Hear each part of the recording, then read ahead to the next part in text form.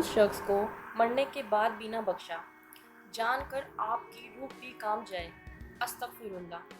انسانیت ختم ہو گئی، زمین مردہ ہو گئی۔ انسان کو حیوان بننے میں دیر نہیں لگتی، اور اس کی تبدیلی حالت کی اکثر وجہ زن و زور ہوتا ہے۔ ایسا ہی ایک انسانیت سوز واقعہ صبح پنجاب کے علاقہ تلگنگ میں پیش آیا، جہاں قرض دار کو موت کے بعد بھی سکون نہیں ملا اور اس کی میت پر لاٹھیاں برسا دی گئیں۔ واقعے کے مطابق 60 سالہ مفلوج شخص جب قرضہ ادا کرنے سے قبل ہی فوت ہو گیا تو قرض خواہ شخص نے اپنے ساتھیوں کے ہمراہ مل کر اس کی میت کو اپنے کئی ساتھیوں سمیت گھیر لیا اور لاٹھیاں برسائیں، جبکہ میت کو نماز جنازہ کے لیے لے جاتے ہوئے بھی روکنے کی کوشش کی گئی۔ وفات پا جانے والے شخص کے بیٹے نے اس حوالے سے پولیس میں رپورٹ درج کروا دی۔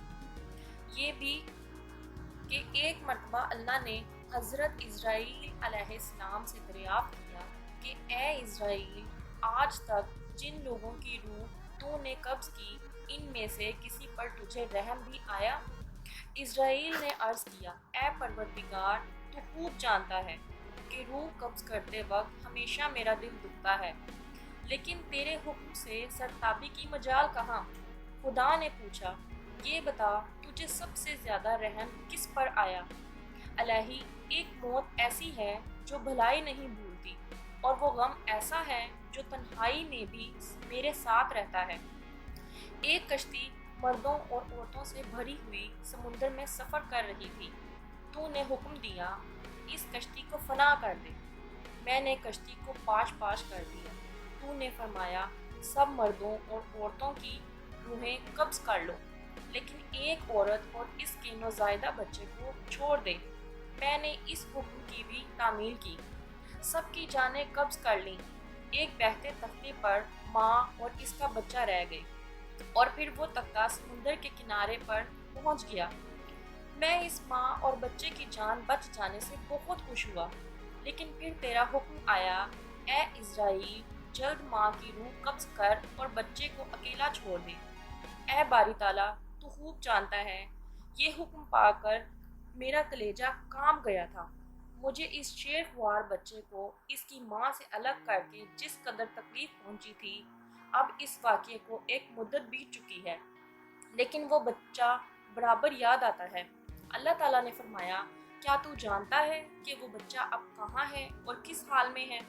اللہ نے فرمایا، اے اسرائیل سن، جب تو نے ماں کی روح قبض کی اور بچے کو تنہا چھوڑ دیا تو ہم نے سمندر کی ایک موج کو حکم دیا کہ اس بچے کو احتیاط سے ایک ویران جزیرے میں ڈال دے۔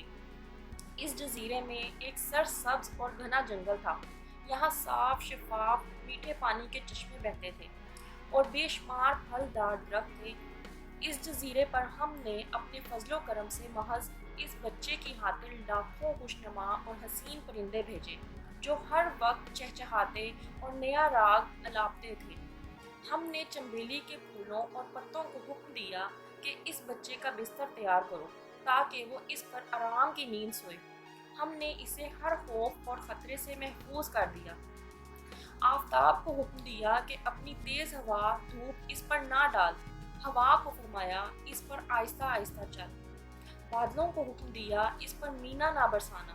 بجلی کو ہدایت کی کہ خبردار، اسے اپنی تیزی دکھا کر مت ڈرا۔ انہی دنوں جنگل میں بھیڑیے کی مادہ نے بچے دیے تھے۔ ہم نے اسے حکم دیا کہ اپنے بچوں کے ساتھ اس انسان کے بچے کو بھی دودھ پلا، اس کی دیکھ بھال کر اور اسے کوئی غضب نہ پہنچے۔ اے اسرائیل، اس نے بھی ہمارے حکم کی تعمیل کی، یہاں تک کہ وہ تنہا اور بظاہر بے یار و مددگار بچہ پرورش پا کر خوب صحت مند اور بہادر ہو گیا۔ ہم نے اس کے پاؤں میں کبھی کانٹا بھی نہ چبھنے دیا۔ دنیا جہان کی نعمتیں اسے عطا کی اور وہ ان کا شکر بھی ادا کرتا تھا۔ اور اب اے ملک الموت، تو جانتا ہے وہ بچہ کہاں ہے اور کیا کر رہا ہے؟ اسرائیل نے سجدہ کرتے ہوئے عرض کیا، تجھی کو علم ہے اے میرے پروردگار۔ اللہ نے فرمایا، وہ بچہ نمرود بن گیا اور اسی نے میرے خلیل ابراہیم علیہ السلام کو آگ میں الاؤ میں جھونکا۔ اب وہ خدائی کا دعویٰ کر کے لوگوں کو میری راہ سے ہٹاتا ہے۔